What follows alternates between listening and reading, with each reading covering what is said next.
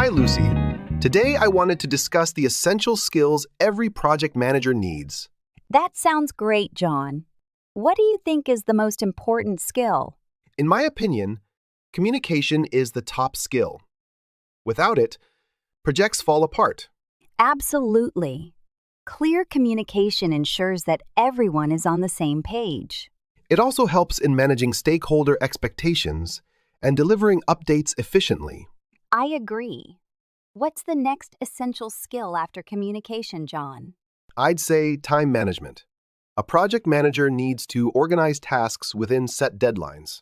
Time management is key to ensuring that milestones are reached without delays. Exactly. Without proper time management, even the best planned projects can derail. What strategies can project managers use to improve their time management skills? They can start by using project management tools like Gantt charts or task tracking apps. Tools are definitely helpful, but prioritizing tasks is another important strategy. Yes. Prioritizing ensures that the most critical tasks get done first, avoiding bottlenecks. I also think that being adaptable to changes helps improve time management. That's a great point, Lucy. Projects often face unexpected challenges, and flexibility is key. Speaking of flexibility, that leads us to the next essential skill, problem solving. Definitely. A good project manager must be able to quickly identify and solve problems. Problem solving helps keep the project on track, even when obstacles arise. I've noticed that project managers who anticipate risks tend to solve problems more effectively. Anticipating risks allows for proactive solutions, minimizing the impact of issues. It's true. What other skills would you consider essential, Lucy? Leadership is another big one. A project manager must inspire and motivate their team. Yes, leadership ensures that the team stays focused and aligned with the project goals. Good leaders also know how to delegate tasks effectively, which is crucial for large projects. Delegation helps avoid burnout and ensures that each task is handled by the right person. Exactly. A leader who trusts their team will always achieve better results. Besides leadership, I think organization is another critical skill. Definitely. A well-organized project manager ensures that resources and tasks are in order. Good organization reduces confusion and helps everyone stay productive. And that's essential for keeping the project within scope and budget. Speaking of budgets, financial management is another important skill for project managers. I agree. Managing the project's budget effectively helps avoid cost overruns. A good project manager should track expenses carefully and adjust plans when necessary. Financial control helps deliver the project without exceeding the allocated resources. And that's crucial for maintaining trust with stakeholders and clients. What about negotiation skills, John? Do you think they're essential for project managers? Absolutely. Project managers often need to negotiate with vendors, clients, or even their team. Negotiation helps secure resources, resolve conflicts, and ensure everyone's needs are met.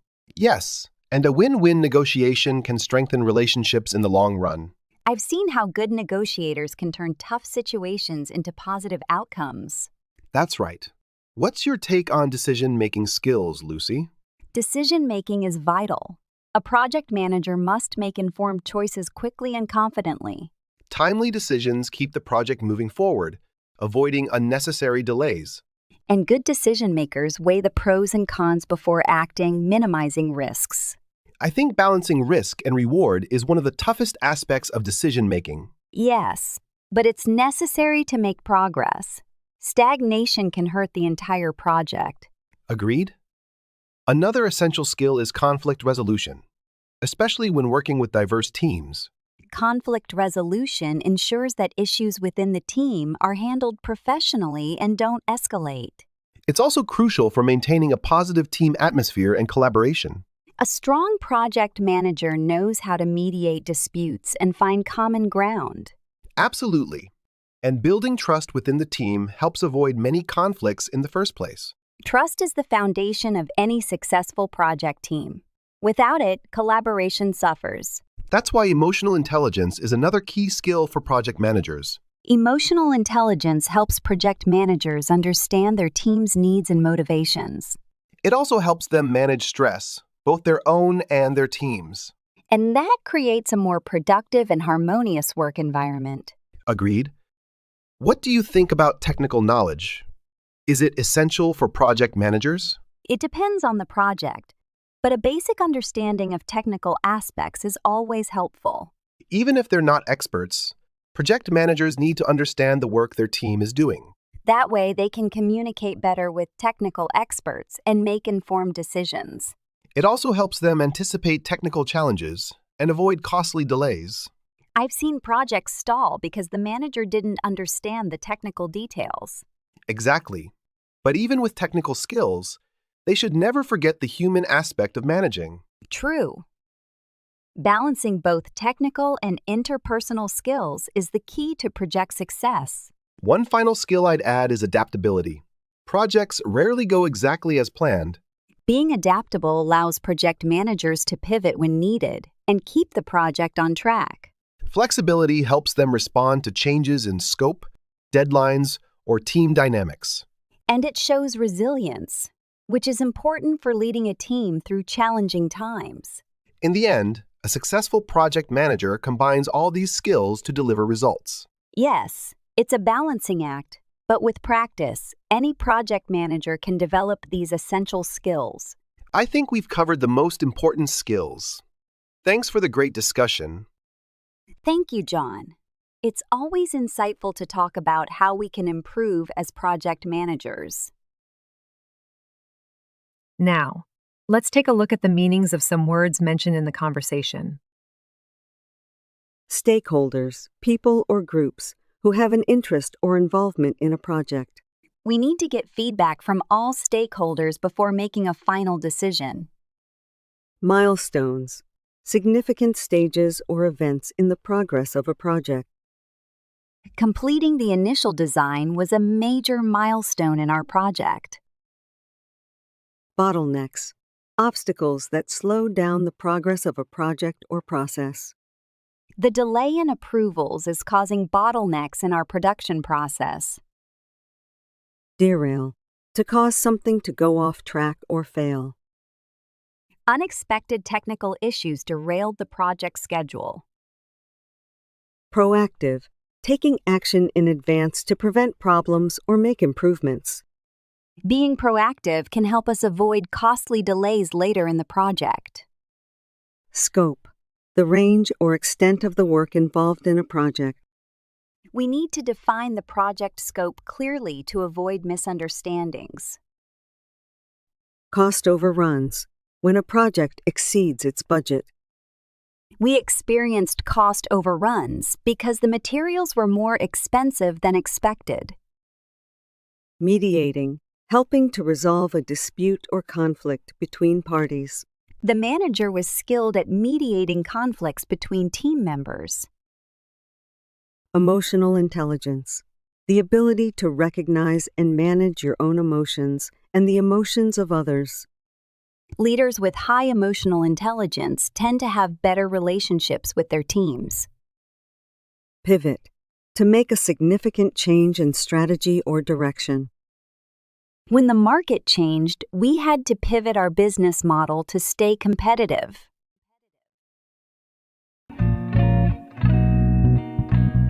Let's begin by discussing the overall sales performance for this quarter. What are your first thoughts, Mike? The numbers show a slight decline in total revenue. However, there are key areas where we've improved significantly. Can you elaborate on those areas? What trends do you think contributed to those improvements? We saw a rise in new client acquisitions, particularly in the healthcare and tech sectors. Those industries have shown strong growth. That's interesting. Do you think this increase in new clients balanced out the revenue decline? To some extent, yes. But we need to address retention issues. Our churn rate has been higher than expected. How much higher are we talking about?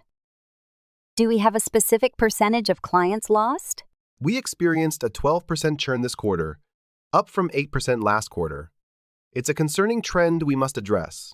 Agreed. Have we identified the main reasons for the higher churn rate? Any specific customer concerns? Yes, customer service delays and product delivery issues were frequently mentioned in our exit surveys. We need to act quickly. That's disappointing but actionable. What measures have been proposed to improve customer satisfaction? Our support team is working on reducing response times. We're also improving the communication between sales and customer service. That sounds like a good start. How soon do you expect these improvements to show results? We should start seeing positive changes within the next quarter. The support team is motivated to address the issues swiftly. Great. Let's focus on the regional performance now. Any insights on how different regions contributed to overall sales? The North American market remained strong, but we struggled in Europe. Economic conditions impacted client purchasing power there. How do you plan to approach the European market next quarter? Any adjustments to the strategy?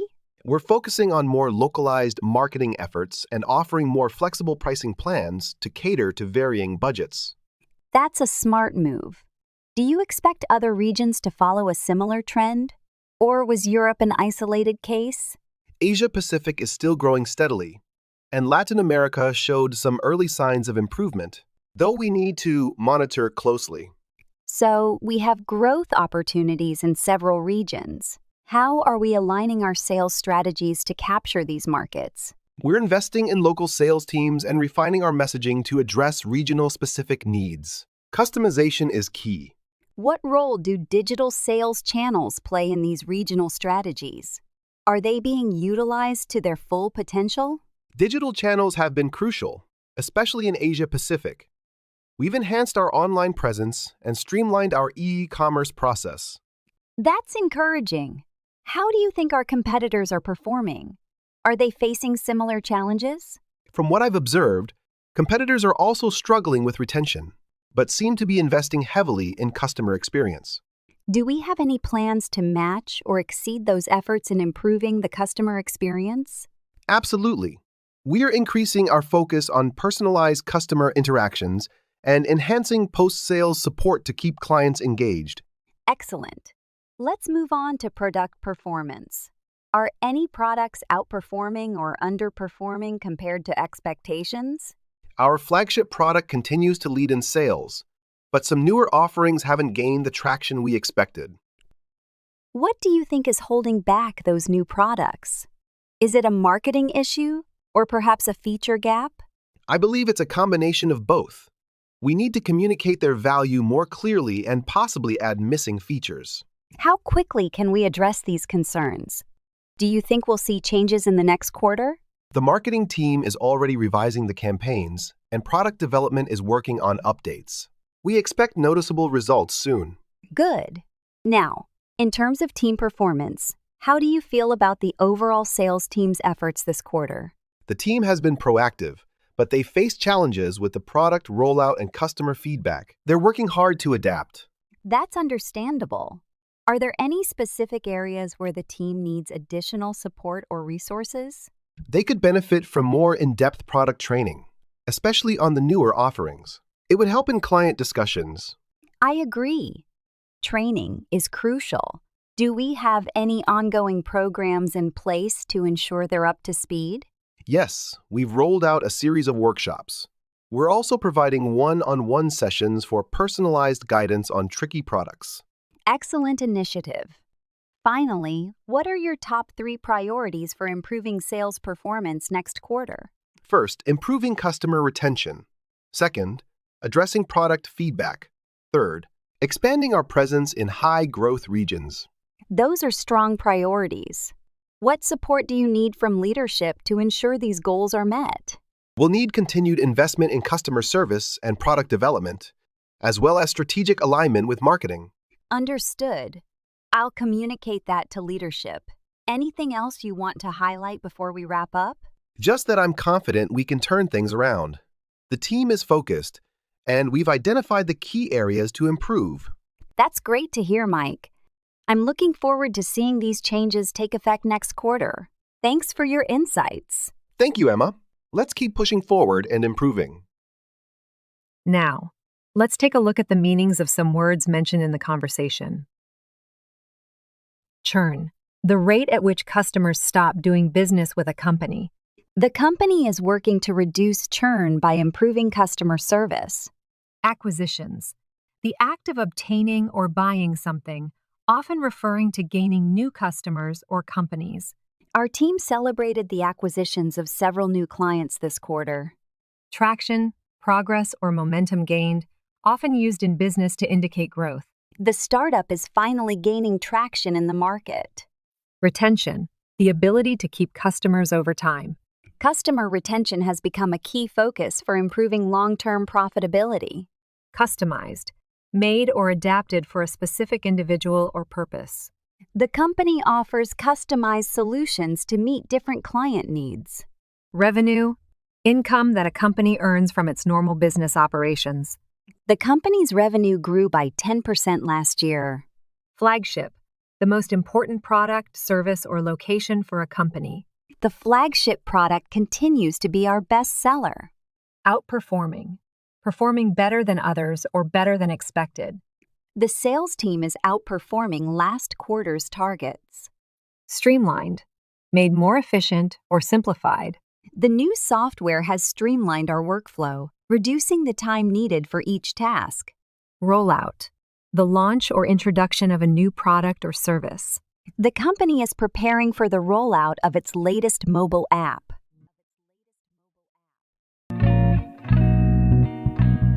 Good morning, John. Ready to discuss our product launch strategy? Absolutely, Patricia. Let's dive into the details. What's our primary goal for this launch? Our main goal is to maximize market penetration and brand awareness. Any thoughts on the initial steps? I think we should start with a comprehensive market analysis. What do you think? Agreed. Understanding our target audience is crucial. We need to identify their needs and preferences. Right. We should also analyze our competitors. What strategies are they using? Yes, competitor analysis will help us differentiate our product. We need to highlight our unique selling points. Exactly. Our product's unique features should be front and center. How about our marketing channels?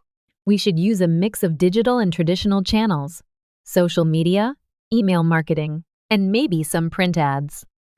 Social media is definitely key. Which platforms should we focus on? Let's prioritize Instagram, LinkedIn, and Facebook. They align well with our target demographics. Sounds good. What about our content strategy? How do we engage our audience? We need engaging and informative content. Blog posts, videos, and infographics can be very effective. Agreed. We should also consider influencer partnerships. They can help amplify our reach. Yes, influencers can be powerful allies. We need to choose ones that align with our brand values. Absolutely. Now, let's talk about the launch event. What kind of event are we planning? A hybrid event would be ideal. Combining in-person and virtual elements can maximize attendance. Great idea. We should also have interactive sessions. Maybe a live Q&A or product demo? Definitely. Interactive elements will keep the audience engaged. What about the timing of the event? We should aim for a weekday morning. It's convenient for most professionals. Agreed. We also need to send out invitations well in advance. How about 3 weeks prior? That sounds perfect. We should also follow up with reminders. Maybe a week before and a day before? Yes, reminders are crucial. Now, let's discuss our budget. How much are we allocating for this launch?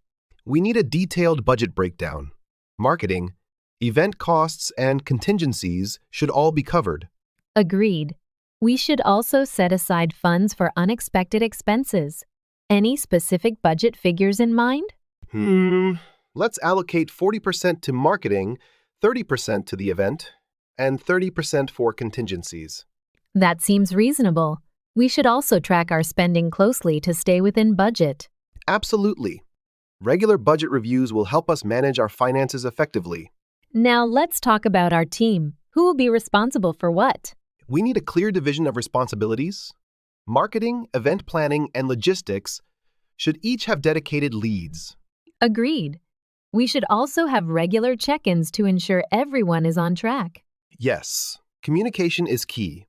Weekly meetings should help us stay aligned. Definitely. We should also use project management tools to track progress. Good idea. Tools like Trello or Asana can be very helpful. Now let's discuss our post-launch strategy. How do we maintain momentum? We need a follow-up plan. Regular updates and engagement with our audience are crucial. Agreed.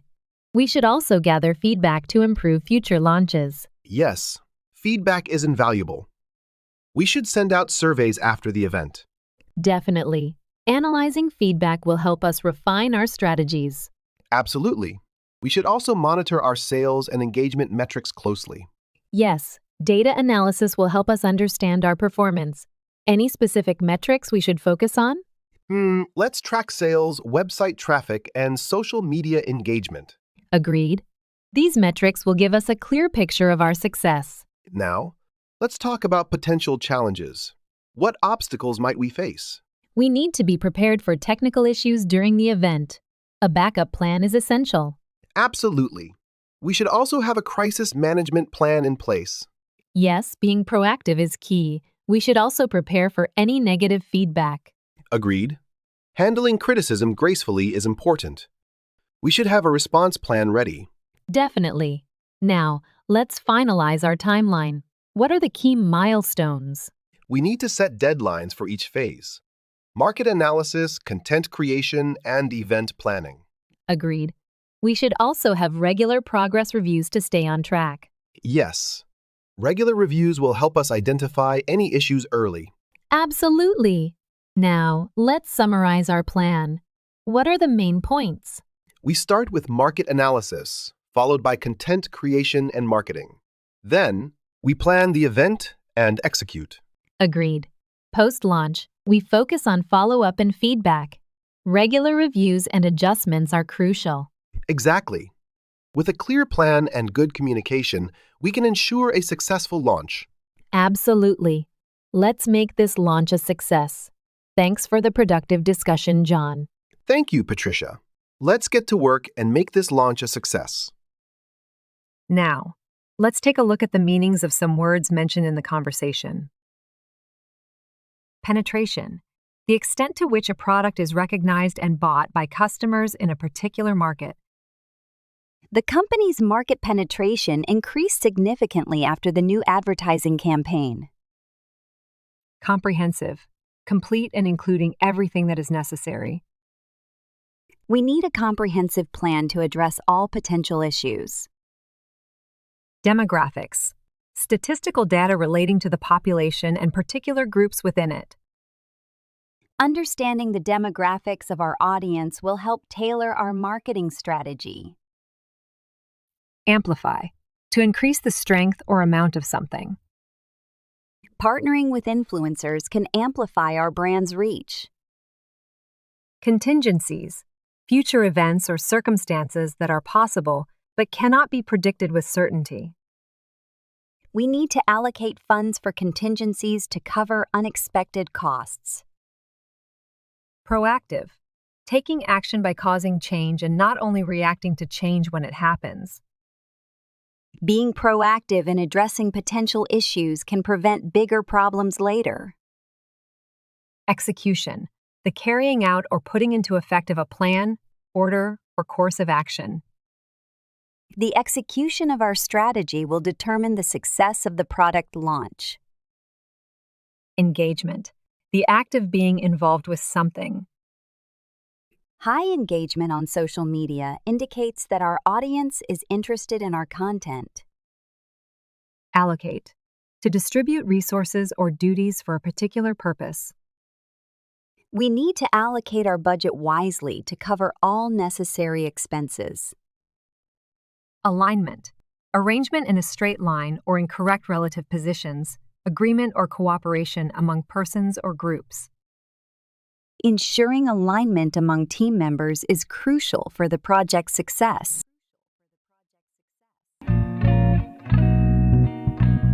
Hello, Patricia. I've been hearing a lot about digital marketing lately. Why is it so crucial for businesses today? It's simple, John. Digital marketing helps businesses reach a wider audience online, where most consumers spend their time. That makes sense. But what exactly does boosting online presence mean in practical terms for businesses? It means making sure your business is visible across various online platforms, social media, search engines, and websites, so potential customers can find you easily. So, what are the key strategies to boost a company's online presence? I imagine social media plays a big role. Absolutely. Social media marketing is huge. Companies need to create engaging content that resonates with their target audience on platforms like Facebook, Instagram, and LinkedIn. That sounds straightforward. But how can companies ensure their content actually engages the audience? They should post regularly, interact with their followers, and use analytics to see which types of content get the best engagement. Ah, analytics. So, it's all about tracking what works and adjusting your strategy accordingly, right? Exactly. By monitoring likes, shares, comments, and click-through rates, companies can refine their content to better appeal to their audience. Aside from social media, how important is a website in boosting online presence? Is it still necessary in the age of social platforms? A website is crucial. It serves as the business's digital home base, where customers can learn about products, services, and contact information. I see.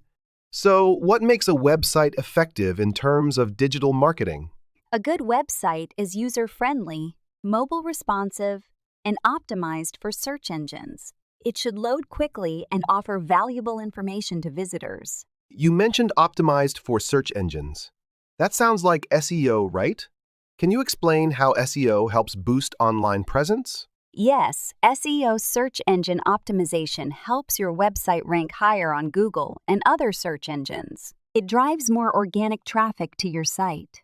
So, how does a business improve its SEO? Is it all about keywords, or is there more to it?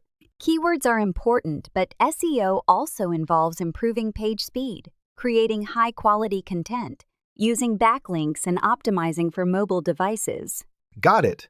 So, improving SEO is not just about cramming keywords into content. It's more holistic than that. Exactly. It's about providing a great user experience and valuable content that answers the audience's questions, which search engines prioritize. What about paid advertising, like Google Ads or Facebook ads? Do businesses need to invest in those too? Paid ads are a great way to boost visibility quickly. They allow businesses to target specific demographics and appear at the top of search results. That sounds useful for reaching new customers fast. But isn't paid advertising expensive for small businesses? It can be, but businesses can set their own budget. Plus, well-targeted ads often give a good return on investment by attracting the right audience. So, it's all about being strategic with where you spend your advertising dollars? Exactly. A well-planned campaign can make a big difference, especially when combined with strong organic marketing efforts. Speaking of organic marketing, what role does content marketing play in boosting online presence? Content marketing is essential. It involves creating valuable content, like blog posts, videos, and infographics, that educates and engages your audience. So, it's not just about selling a product or service, but offering something useful to the audience. That's right. By providing valuable content, businesses build trust with their audience, positioning themselves as experts in their field. How do you ensure that content marketing is effective? What kind of content works best? It depends on the audience. Businesses should research their customers' needs and create content that addresses those interests or solves a problem. So, the key is to understand your audience deeply and create content that speaks directly to their needs? Exactly. When businesses solve problems for their audience, it builds loyalty and encourages more interaction with their brand. Interesting. What about email marketing? Is that still effective in today's digital landscape? Yes. Email marketing is still one of the most effective ways to reach and engage customers directly. It's personal and delivers tailored content. But with so many emails flooding inboxes, how can businesses make sure their emails actually get opened? Subject lines are critical. They need to be catchy and relevant. Plus, sending valuable, non-spammy content keeps people engaged with the brand. That makes sense. What are some best practices for creating a successful email marketing campaign? Businesses should segment their email lists based on customer behavior or preferences and personalize the content to make it more relevant. So, instead of blasting the same email to everyone, tailoring the message increases the chances of success? Exactly. Personalized emails have higher open rates and click-through rates because they speak directly to the recipient's interests. Speaking of personalization, how does personalization in digital marketing extend beyond emails? Can it be applied to other areas? Definitely.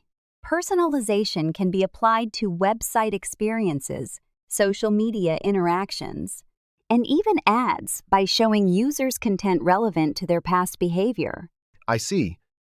So, using data and analytics is key to offering a personalized experience across all digital marketing efforts? Absolutely. The more data businesses gather about their audience, the better they can personalize the experience and build stronger customer relationships. That leads me to think about branding. How important is consistent branding across all digital platforms? Consistency is critical. A cohesive brand message across all platforms helps build trust and makes the business more recognizable to potential customers. So, businesses should ensure their logo, colors, tone of voice, and messaging are the same across social media, websites, and ads? Exactly. Consistent branding reinforces your identity and makes it easier for people to connect with your business, no matter where they see it. That's a great point. What's the role of customer feedback and reviews in building an online presence? Reviews are incredibly important. Positive reviews build trust with potential customers and improve local SEO rankings on platforms like Google My Business. What can businesses do to encourage more positive reviews from their customers? Simply asking for reviews after a purchase or service is effective. Many happy customers are willing to leave a review if asked. So, engaging with customers post-purchase is key to generating positive feedback that can boost online reputation? Exactly. Following up with customers shows that you value their opinion, which builds loyalty and encourages them to leave reviews. Finally, Patricia, what's the biggest mistake businesses make when trying to boost their online presence? One major mistake is inconsistency, either in posting, branding, or engagement. Businesses need to maintain a regular, cohesive online presence. So, success in digital marketing isn't just about doing one thing right, but consistently applying a well-rounded strategy? Exactly. Digital marketing is a long-term commitment. Consistency, strategy, and understanding your audience are the keys to success. Thanks for breaking this down, Patricia. It's clear that digital marketing is essential for growing a business today. You're welcome, John. With the right approach, any business can boost its online presence and thrive in the digital world. Now, let's take a look at the meanings of some words mentioned in the conversation. Engagement, the act of interacting or becoming involved with something. The company's social media engagement increased after they started posting more frequently. Resonates, to have a lasting or significant impact on someone or something. The marketing campaign really resonated with young adults looking for sustainable products. Refine, to improve something by making small changes. We need to refine our digital marketing strategy to better reach our target audience. Backlinks, links from one website to another, used to improve SEO. Getting more backlinks from reputable sites can improve your website's ranking. Holistic, considering something as a whole rather than focusing on individual parts. A holistic approach to marketing considers the customer experience at every touchpoint. Personalization, tailoring something to fit an individual's needs or preferences. Personalization is key to delivering effective email marketing campaigns. Segmentation, the process of dividing a market into distinct groups with common needs. Market segmentation allows businesses to better target their products and services. Cohesive, united and working together as a whole. A cohesive branding strategy ensures that your message is clear across all platforms. Tailored, specifically made or designed for a particular person or purpose. The company created tailored content to suit the preferences of different customer segments. Spammy, relating to or resembling unsolicited, irrelevant, or excessive advertising. Customers are less likely to open emails that feel too spammy.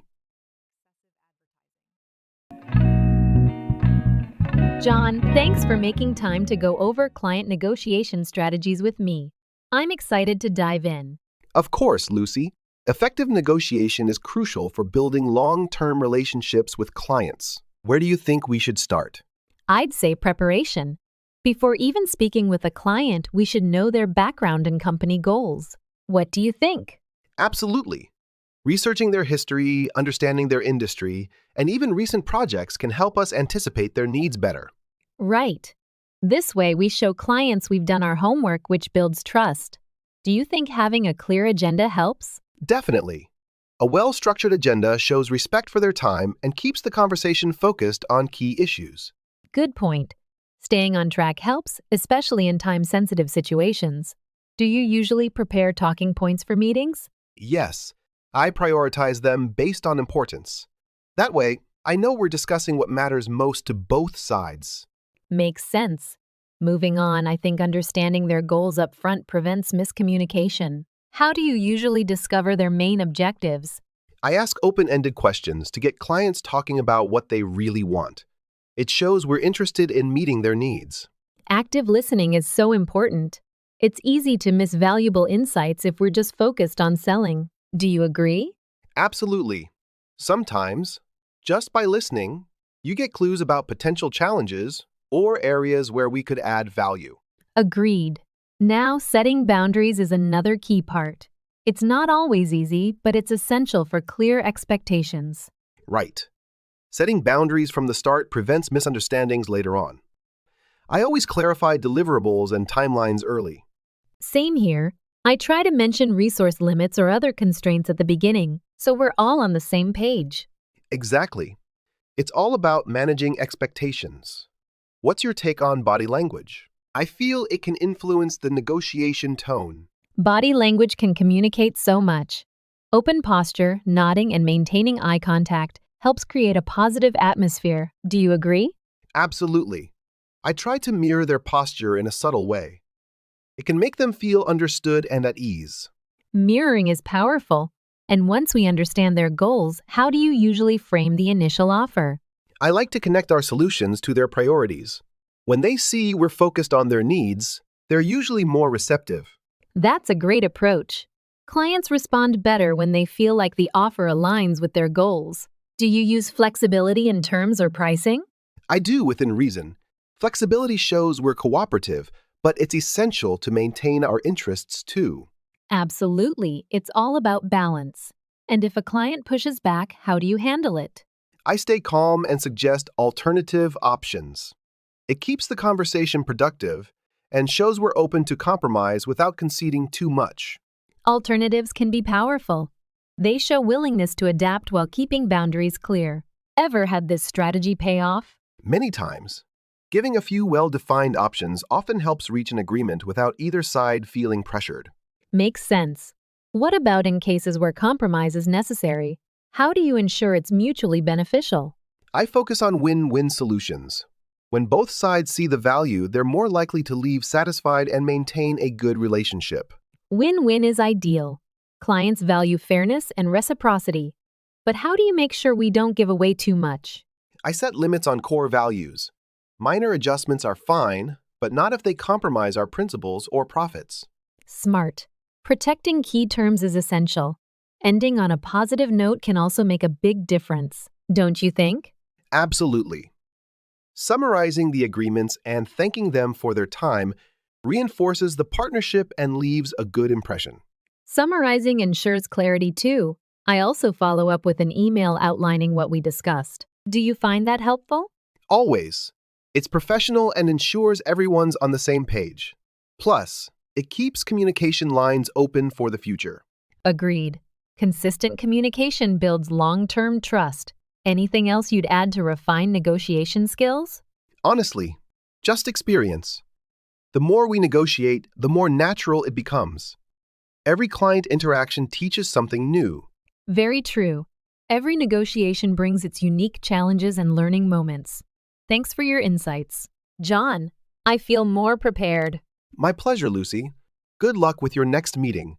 Let me know how it goes and if any of these tips helped. Will do. And maybe we can debrief afterward. It would be great to review what worked and refine strategies together. Sounds like a plan. I'm looking forward to it, Lucy.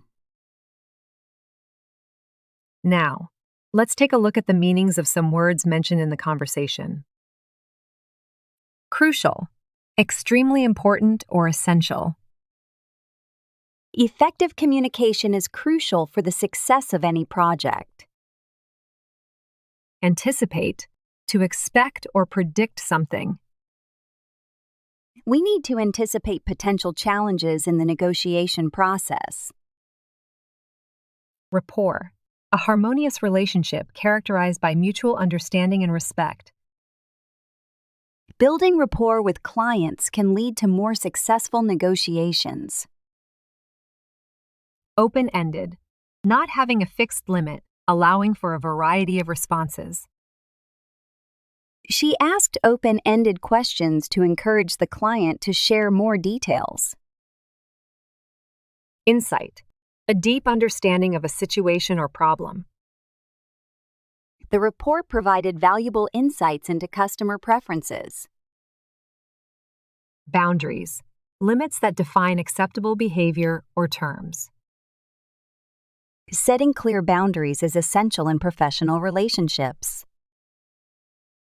Compromise, an agreement reached by mutual concessions. Both parties were willing to compromise to achieve a fair deal. Reciprocity, the practice of exchanging things with others for mutual benefit. The concept of reciprocity plays a vital role in building strong business relationships. Concede, to admit that something is true or valid after first denying or resisting it. He had to concede that the other team played better in the finals. Reinforce, to strengthen or support an idea or feeling. Positive feedback can reinforce good behavior in the workplace. Hi, John. Thanks for joining. Let's dive into delivering value through IT project management. Thoughts? Sure, Lucy. Delivering value starts with understanding the client's needs and setting clear goals. Absolutely. A strong foundation relies on aligning project goals with business objectives, right? Exactly. If we don't align with business goals, the project might miss its mark. True. What steps do you think help ensure these objectives are consistently met? Regular check-ins help. We should also monitor progress and adjust plans as needed. Good point. I believe stakeholder engagement plays a big role in delivering value, too.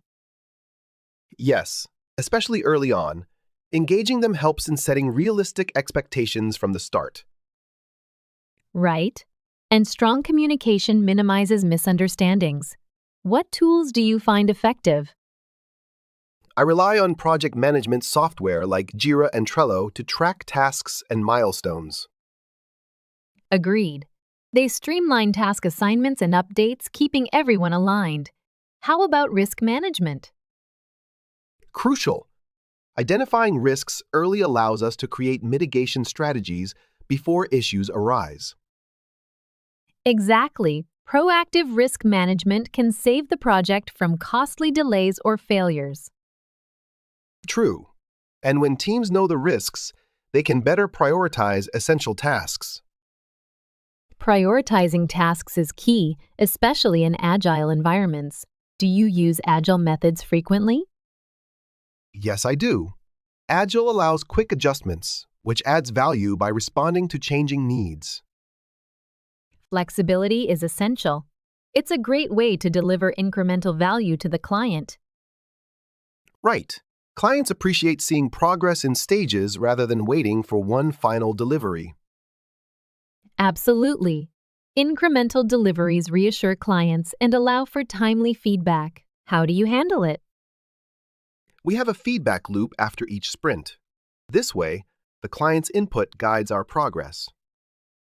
Perfect. Continuous feedback is invaluable for refining project direction. What about documentation? Documentation maintains project clarity. Even in Agile, we ensure essential processes are recorded. Agreed. Documentation also helps new team members understand the project without extensive handholding. Exactly. And it keeps everyone accountable and reduces project knowledge loss over time. Let's talk about resource management. How do you handle allocation to prevent burnout? We track workloads and rotate assignments. Ensuring balance keeps team members productive and motivated. That's wise. Overworked teams can quickly lose momentum. How do you measure value and outcomes? Value measurement depends on the project. We consider client satisfaction and ROI as key indicators. Good points. Sometimes metrics like reduced costs or time savings reflect value directly. Right. But intangible value, like improved user experience, can be just as impactful. Absolutely. User satisfaction often enhances business value and reinforces project success. Exactly. If users enjoy the product, they're more likely to stay engaged and loyal. What's your approach to managing project timelines without compromising quality? I prioritize essential features first, ensuring they're well executed before focusing on additional ones. Smart strategy. Meeting deadlines is important, but quality must be consistent to deliver true value. Absolutely. Clients appreciate reliability, and delivering quality work strengthens our reputation. Reputation is essential in IT project management. How do you manage project scope effectively? We document every change request and evaluate its impact before proceeding. It keeps us focused. Scope control is crucial. Unchecked scope creep can derail the timeline and budget fast. Agreed? Each new feature must align with project goals or add clear value. Yes, adding non-essential features can lead to unnecessary complexities. Any thoughts on team collaboration? We use daily stand-ups and retrospectives. They keep communication open and ensure everyone's on the same page. Great approach. Consistent collaboration promotes accountability and fosters innovative solutions. Absolutely. It helps team members understand each other's roles and share valuable insights. Speaking of insights, how do you ensure team members feel heard during the project? I encourage open discussions and hold feedback sessions regularly. It boosts morale and project quality. Fantastic. When people feel valued, they're more likely to invest fully in their work. Very true. Motivation drives performance, which in turn delivers value to the project. Lastly, how do you handle post-project evaluations? We review successes and areas for improvement, focusing on lessons that can enhance future projects. Continuous improvement is key. These evaluations help refine our approach and keep us competitive. Exactly. Each project is a learning opportunity, especially in a fast-evolving field like technology. Well said, John. Thanks for sharing your insights on delivering value in IT project management. Thank you, Lucy. Great discussion. Delivering value truly makes the work fulfilling for everyone involved. Now, let's take a look at the meanings of some words mentioned in the conversation. Mitigation. Actions taken to reduce the severity, seriousness, or harmfulness of something. They implemented a mitigation plan to prevent future network outages. Incremental, referring to small, gradual changes or additions. The project progressed in incremental steps, each bringing a small improvement. Hand-holding, giving detailed guidance or support, often beyond what is normally required. The new system requires minimal hand-holding, as the users are familiar with the process. Resource, assets or materials that are available to help accomplish a goal. Careful resource allocation is necessary to prevent overworking the team. Burnout, a state of physical or mental exhaustion caused by prolonged stress or overwork. To avoid burnout, she started taking short breaks throughout her workday. ROI, return on investment, a measure of the financial gain or benefit from an investment. The new software has already generated a positive ROI by reducing operational costs. Complexities, complicated aspects or factors that make a task or situation more challenging. Managing a large team introduces complexities that require strong leadership. Retrospective, a review or reflection on past events, often to evaluate performance or outcomes. In our retrospective, we discussed ways to improve our communication in future projects. Competitive, having an advantage in a market or being able to perform as well as others. Our team works hard to keep our services competitive within the industry. Evolving, developing or changing gradually over time, often becoming more advanced. The tech industry is constantly evolving, requiring professionals to stay updated.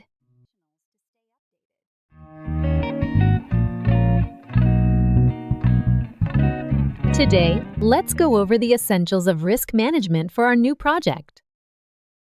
Absolutely, Lucy. Identifying risks early is crucial for project success and stability. Agreed. What types of risks do you think we're most likely to face? Mainly financial risks, operational risks, and potential changes in market demands. That makes sense. Financial risks often impact the budget, leading to project delays. Exactly. Operational risks can cause inefficiencies and resource mismanagement, which are costly. We should also consider external risks, like supplier issues or regulatory changes. Right. External risks are harder to control but can have a significant impact. So, what's our first step in identifying these risks? I'd suggest starting with a thorough risk assessment and brainstorming potential threats. Great idea. Brainstorming helps us see different perspectives on possible risks. It also encourages team members to share their insights based on past experiences. How should we prioritize the risks we identify? Prioritizing by likelihood and potential impact is effective. High-impact risks come first. I agree. Focusing on the highest risks first ensures we're protecting our key objectives. Exactly. Then, we can develop mitigation plans specific to each major risk. For example, a budget overrun could be managed by securing additional funding options. Yes, or adjusting project scope to align with available resources. That's smart. Having contingency plans adds flexibility to handle unexpected costs. Absolutely. Financial risk mitigation is all about planning for those surprises. Let's move to operational risks. How can we reduce inefficiencies? Regular process reviews help. Adjustments can be made to improve productivity and resource allocation. I like that. Monitoring workflows could reveal where bottlenecks might occur. Exactly. Proactively improving processes can prevent issues before they escalate. We should document these mitigation steps in a formal risk management plan. Agreed. This document provides a clear reference for everyone involved. How often should we review our risk management plan? Quarterly reviews work well, but we can adjust based on project needs. Regular reviews help us stay prepared, especially if risks evolve over time. That's right. Risk factors can change, so frequent updates keep the plan relevant. Let's discuss communication. How will we keep stakeholders informed of risk changes? Scheduled updates, especially during critical phases, ensure transparency with stakeholders. Transparent communication builds trust and keeps everyone aligned on mitigation efforts. Exactly. Stakeholders are more supportive when they're fully informed. Should we set up a specific risk management team? If the project is large, a dedicated team could be beneficial for focused oversight. That's true. They'd monitor risks full-time and implement mitigation strategies quickly. They'd also be responsible for updating our risk management plan as changes arise. Great. Assigning roles ensures accountability in addressing identified risks. Definitely. It also ensures we're covering all bases and not overlooking anything. How do we address unforeseen risks that come up mid-project? A flexible response strategy helps. We can quickly adapt our approach if needed. Agreed. Adaptability is essential, as not all risks are predictable. That's right.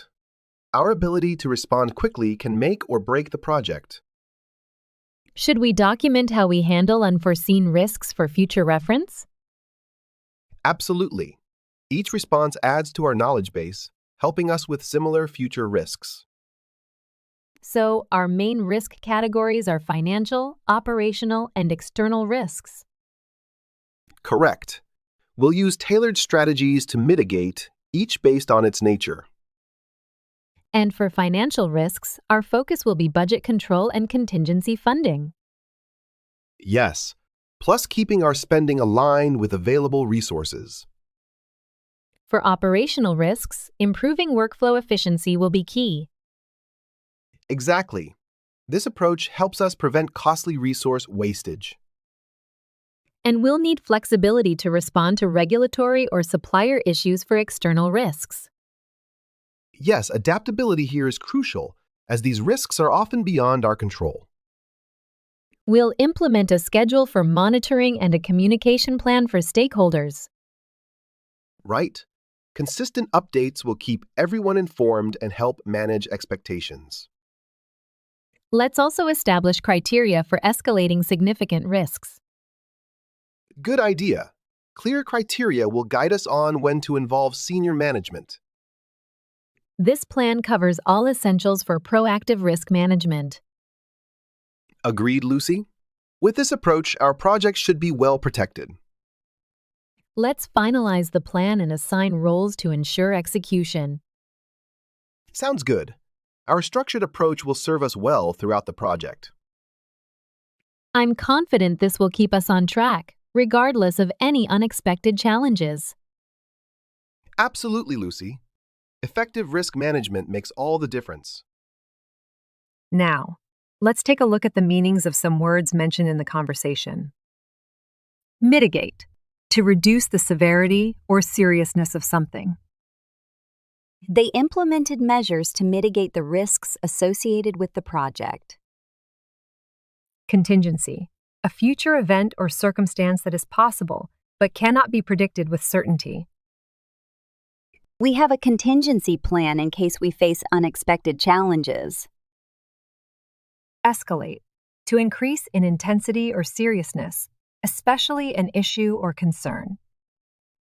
The issue may escalate if not addressed quickly. Inefficiency, lack of effectiveness or productivity, waste of resources.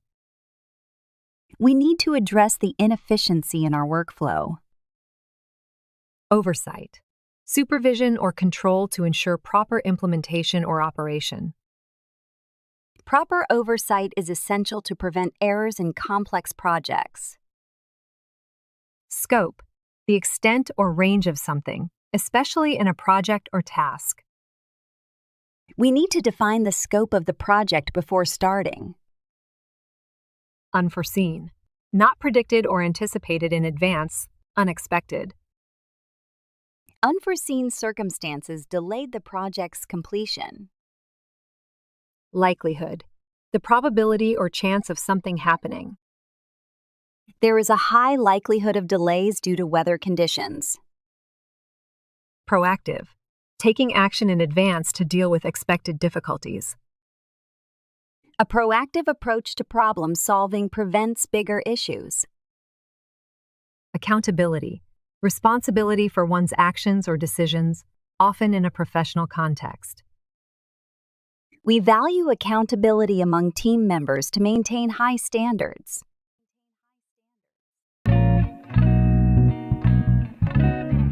Hi, John. Welcome to your first day here. How are you feeling about everything? Hi, Lucy. Thanks. I'm a bit nervous but excited. Ready to get started. That's great to hear. Everyone's first day can feel overwhelming. Have you found your desk okay? Yes, I found it, thanks.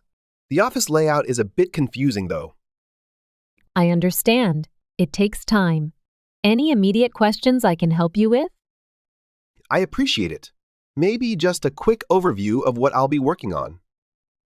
Absolutely. Today's mostly orientation, but you'll soon join our project management team. Good to know. I wasn't sure if I'd be jumping right into a project. Not yet. We want you to get comfortable first. You'll meet the team tomorrow. Nice. That'll make things easier. Are there specific tools I need to learn? Yes, we use a project management software called Trello. Have you used it before? A little, yes. I'll brush up on it to make sure I'm ready. Perfect. And don't worry, Mike from IT can help with anything technical. Great. Speaking of which, do you know if my computer's set up already? It should be. You can check in with Mike if there's an issue logging in. I'll do that, thanks. So, what's the usual daily routine like here? Typically, we start with coffee and a brief catch-up. It's a good way to start. I like that. I'll join in tomorrow. Where's the best coffee spot here? There's a coffee machine in the break room and a great cafe across the street. Perfect. I'll have to try both. Any good places nearby for lunch? Definitely. There's a food court close by and a few nice restaurants too. I'll check them out. Do people usually eat together or do their own thing? Most eat together. It's a good chance to chat and relax. Sounds like a great way to connect with everyone. I'll join in. Absolutely. The team's very welcoming. You'll fit right in. Thanks, Lucy. It's reassuring to hear. I really want to make a good impression. Just be yourself, John. Show your enthusiasm, and everything else will fall into place. I appreciate that. I'll do my best. What should I focus on during my first week? For now, focus on familiarizing yourself with our projects and meeting the team. Got it. Will I be shadowing someone or working more independently? Both, actually. You'll shadow Rachel for a while, then take on smaller tasks. That sounds manageable. Is Rachel the team leader then? Yes, she's our project manager. She's very experienced and easy to work with. Good to know. I look forward to learning from her. She'll be a great mentor. Don't hesitate to ask her questions. I'll keep that in mind. Should I prepare anything for tomorrow's team meeting? Just a brief introduction. Share a bit about your background and any project interests. That's straightforward. I'll prepare a few points to mention. Perfect. And remember, everyone's friendly. No need to stress. That's comforting, thanks. Are there any big projects coming up I should be aware of? Yes, there's a client project next month. You'll probably support some initial stages. Good to know. I'd love to get involved as much as possible. We love that enthusiasm. Opportunities will come your way for sure. Great. I'm looking forward to contributing. What's the company culture like here? It's pretty relaxed. We focus on professionalism, but there's a friendly, supportive vibe. I'm glad to hear that. My last job was quite formal, so this sounds refreshing. You'll enjoy it here then. We value a healthy work-life balance too. That's important to me. Is overtime common here or pretty rare? It's rare. We try to keep work within regular hours whenever possible. That's great. A good work-life balance makes all the difference. Agreed. We believe productivity improves when you're not overworked. Absolutely. I feel good about joining a team with that philosophy. We're thrilled to have you. Everyone's excited to get to know you better. Thanks, Lucy. It means a lot.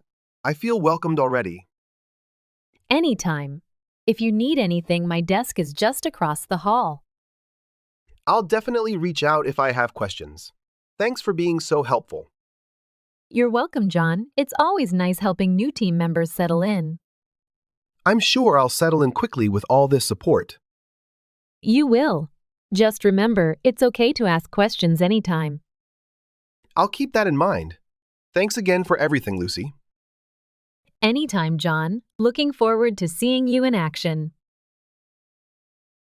Now, let's take a look at the meanings of some words mentioned in the conversation. Orientation, a session to introduce someone to a new place or situation. The company provided a thorough orientation for all new hires. Overview, a brief summary or general idea of something. The professor gave an overview of the entire course on the first day. Layout, the arrangement or design of a space or item.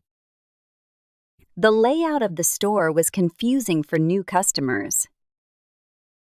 Manageable, something that can be handled or controlled without difficulty. The workload was tough but manageable. Mentor, an experienced person who guides someone less experienced. He found a mentor who helped him grow in his career. Reassuring, something that offers comfort or removes doubt. Her kind words were very reassuring. Opportunities, chances or occasions for advancement or improvement. The internship provided many opportunities to learn and grow. Catch up, a brief update or review of recent events or work. Let's have a quick catch-up over coffee. Vibe, the general feeling or mood of a place or situation. The cafe had a relaxing vibe. Thorough, complete, detailed, and careful. The report was very thorough and covered all necessary details.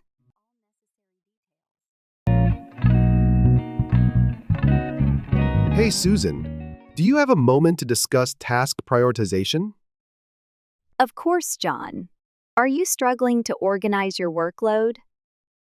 Yes, a bit. I feel like I'm constantly jumping between tasks and losing focus. I've been there too. It can be challenging to manage everything effectively. So, how do you usually decide what's most important?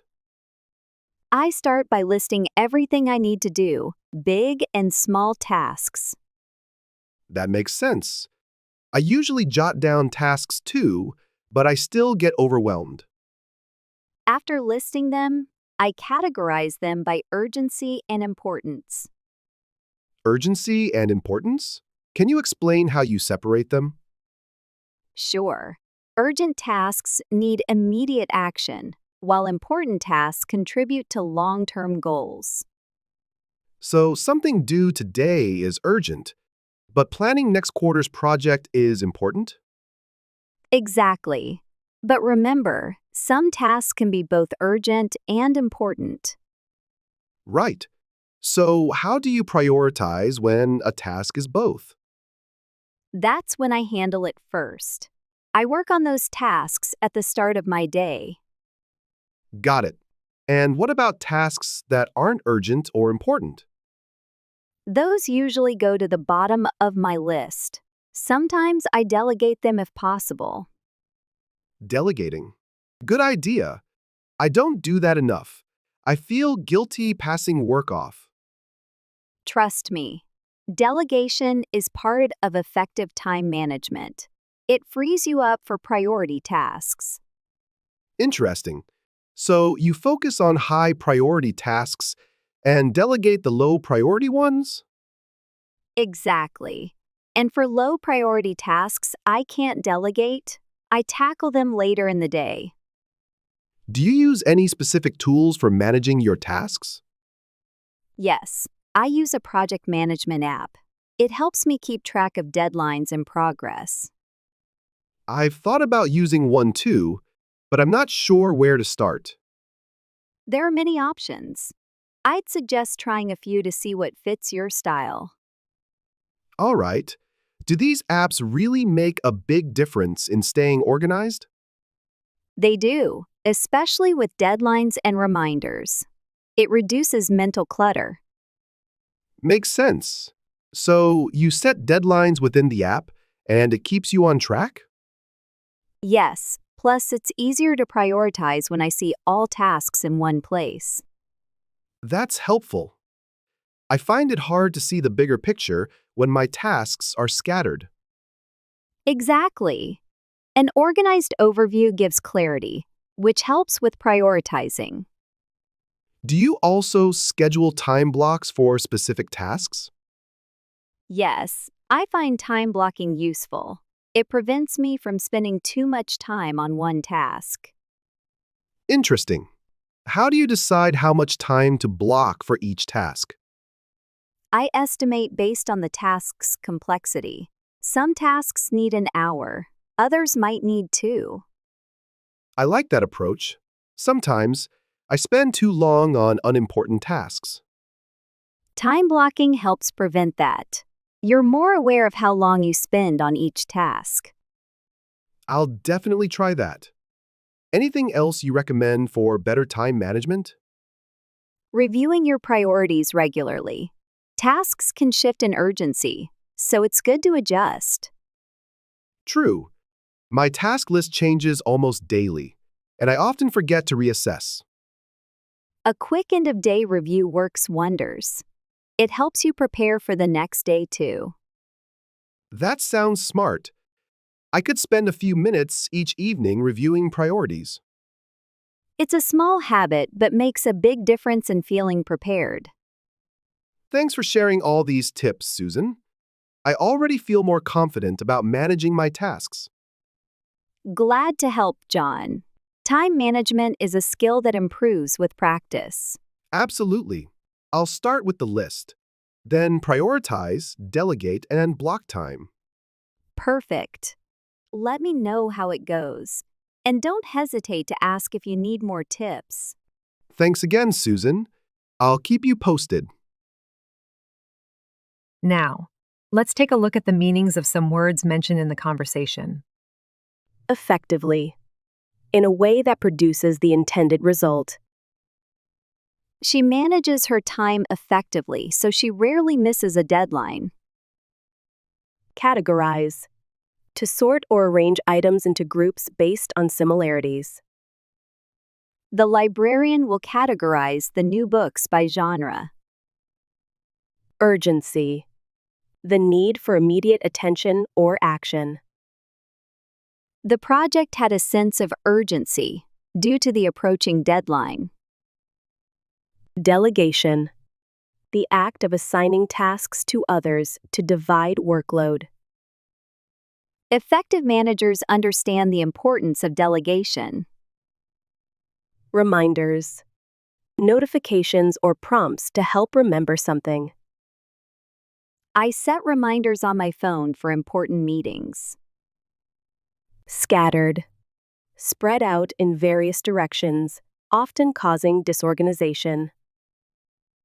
His files were scattered all over his desk. Clarity, the quality of being easy to understand or see. Clarity in communication is essential for a smooth project. Overview, a general summary or outline of a topic. The manager provided an overview of the project to the team.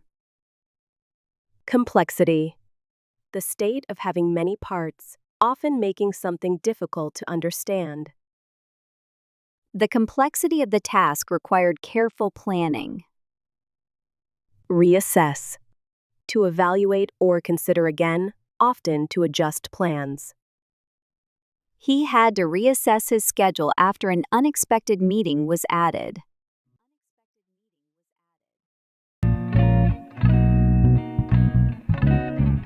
Thank you for joining this meeting, John. Today's topic is customer feedback and service improvements. I'm ready, Lucy. Where should we start with the feedback analysis? Let's begin by addressing the most frequent issues our customers raised. Sounds good. Do you have a list of the main concerns? Yes, I categorize them: response time, product knowledge, and user friendliness. Interesting. Response time is often a significant factor in customer satisfaction. Absolutely. Customers expect quicker responses, especially with urgent issues. Do we know what the average response time currently is? According to the reports, our average response time is around 48 hours. That's quite long, especially in a competitive market. I agree. We need to find ways to reduce this time significantly. Have you considered implementing a chatbot or automated response system? Yes, that could help with initial inquiries, but it shouldn't replace personal interaction. Right. Some customers prefer direct contact with a support agent. Exactly. We need a balance between automation and personal service. What about the second issue, product knowledge? Customers feel that our representatives lack in-depth knowledge of some features. That's not ideal. How do you suggest we address this? Continuous training sessions focused on product updates might help. That's a good idea. Agents need to stay informed on all product changes. Exactly. It would also boost their confidence when handling inquiries. Would monthly training sessions be frequent enough? Monthly sessions sound good, and we could add a knowledge-sharing platform. A platform for team discussions on complex issues could be very beneficial. Agreed. It would encourage collaboration and better solutions for customer issues. Moving on, let's talk about user friendliness of our product. Are customers finding it challenging to navigate our system? Yes, some feedback highlights difficulties in finding key features. Do you think a user interface redesign could address this concern? Possibly. Simplifying the layout could make it more intuitive. Good point. We could conduct user testing before making any major changes. That would provide direct insights into what customers need. Exactly. We could even involve frequent users in the testing process. A great idea. Involving users would give us practical feedback early on. Yes, and it would make them feel valued and included. We might also consider offering quick tutorials or guides within the app. Yes, that would guide users and reduce reliance on customer support. Do we have resources available for such tutorial development? Yes, we could allocate part of the team to this project. That's promising. It would also help with the product knowledge issue. True. Employees involved in tutorial creation would learn the product thoroughly. Exactly. It's a win-win for both customers and our support team. Agreed. Should we summarize the key action points we discussed? Good idea. First, we'll work on reducing response times with automation. Yes, but we'll still prioritize personal interaction when needed. Right. Second, We'll schedule regular training sessions for product updates. And create a knowledge sharing platform to support ongoing learning. Third, we'll consider a user interface update based on customer feedback. Including user testing to ensure the redesign meets their needs. Finally, we'll develop quick tutorials to help users navigate independently. Yes, and these tutorials will support both customers and our support team. Great! This plan covers the main feedback issues comprehensively. I agree. Let's outline the next steps and set deadlines for each point. I'll draft an action plan, and we can assign tasks accordingly. Perfect. Shall we review the progress in our next weekly meeting? Yes, that sounds like a good idea. We'll monitor each area closely. Thank you, John. I'm confident these improvements will make a big difference. Thank you, Lucy. I believe customers will notice and appreciate the changes. Now, let's take a look at the meanings of some words mentioned in the conversation. Analysis. The process of examining something in detail to understand it better. Our team performed an analysis of last quarter's sales data. Inquiries. Questions asked to gather information. We received multiple inquiries about the new product launch. Balance. A situation where different elements are in the correct proportions. It's important to maintain a balance between work and personal life. Collaboration. Working together to achieve a common goal. Effective collaboration can lead to innovative solutions. Intuitive. Easy to understand without explicit instructions. The software's intuitive design makes it accessible for all users. Comprehensively. In a way that includes all or nearly all elements. The report covers the project comprehensively, detailing every step. Ongoing. Continuing to happen or progress. The project is ongoing and will likely be completed by next month. Redesign. The process of creating a new version of something to improve it. The website redesign attracted more users and increased engagement. Frequent. Happening often or regularly. Frequent updates help keep the system secure and reliable. Confident. Feeling certain about one's abilities or something's success. She is confident that the project will meet the deadline.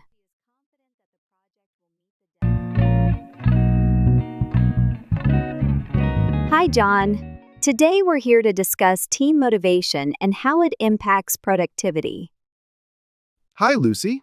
Yes, it's an essential topic. Keeping the team motivated drives better performance and results. Absolutely. Motivation helps each team member stay engaged and focused on their tasks. In your view, what's the most effective way to increase team motivation? I believe setting clear and achievable goals is fundamental for motivation. That makes sense. When goals are clear, people know what they're working toward. Exactly. And recognition is also key. People want their efforts to be acknowledged. I agree. Recognition really makes a difference. But how can we make it consistent? We could set up weekly feedback sessions to highlight achievements and progress. Weekly sessions sound effective. Celebrating small wins can boost morale significantly. Yes, even small acknowledgments can encourage the team to keep pushing forward. I wonder if team building activities could also improve motivation. Definitely.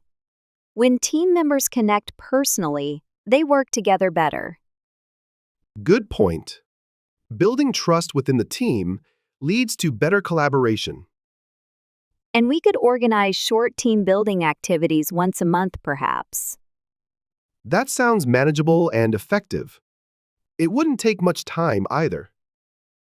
Exactly. It's just about creating space for people to feel valued and connected. Do you think setting personal growth goals would help with motivation? Yes, personal goals allow team members to see their own development over time. I like that idea. When people see progress, they feel more invested in their work. We can encourage everyone to set a personal goal related to their role. And maybe we could check in on those goals during our feedback sessions. Perfect. That way, everyone gets a chance to talk about their growth. This approach could make each person feel individually supported by the team. Exactly. Plus, it can increase their sense of responsibility and commitment. I also think creating a supportive environment is crucial for motivation. Yes, when people feel safe, they're more open to challenges and feedback. So, what can we do to create that kind of environment? We could start by encouraging open communication and active listening. Good idea. People should feel comfortable sharing their thoughts and ideas. And we should also be approachable as leaders, ready to listen to concerns. Agreed. When leaders are open, it sets the tone for the entire team. Another idea is to give team members autonomy in their tasks. Autonomy can be very empowering. It shows we trust their abilities. Exactly.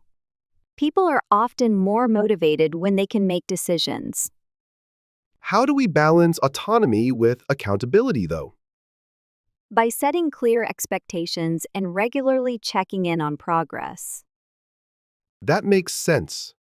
It's important to have a balance of freedom and responsibility.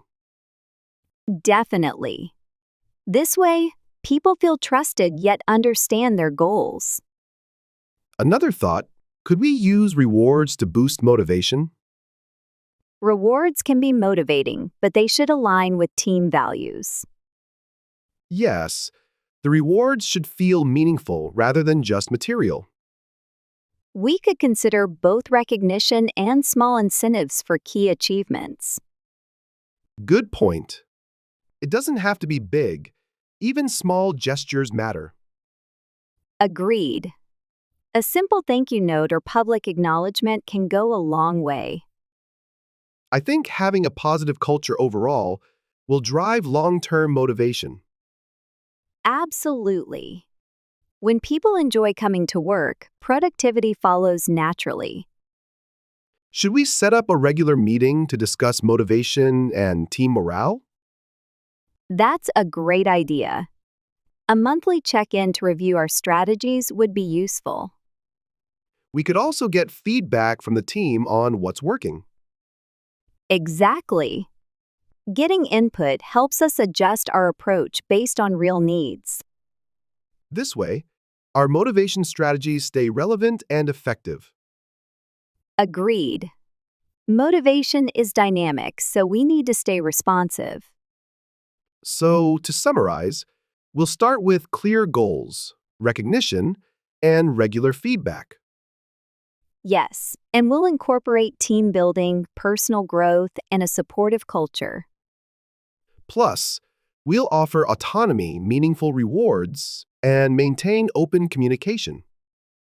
I think with this approach, we'll see a real boost in motivation and productivity. I'm excited to put these strategies into action. Let's keep each other accountable. Absolutely. We're setting the foundation for a motivated, high-performing team. Now, let's take a look at the meanings of some words mentioned in the conversation. Recognition. The act of acknowledging someone's effort or achievement. recognition from her colleagues boosted her confidence. Empowering. Giving someone the authority or power to do something. Empowering employees leads to higher motivation and responsibility. Accountability. Responsibility for one's actions or decisions. Accountability in the workplace leads to better performance and trust. Productivity. The efficiency of production or output in a specific time frame. Improving productivity was one of the team's main goals. Feedback. Information provided as a response or evaluation. Constructive feedback helps employees understand areas for improvement. Achievement.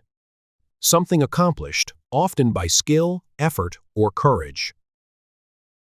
Finishing the project on time was a big achievement. Commitment. A dedication to a cause or activity.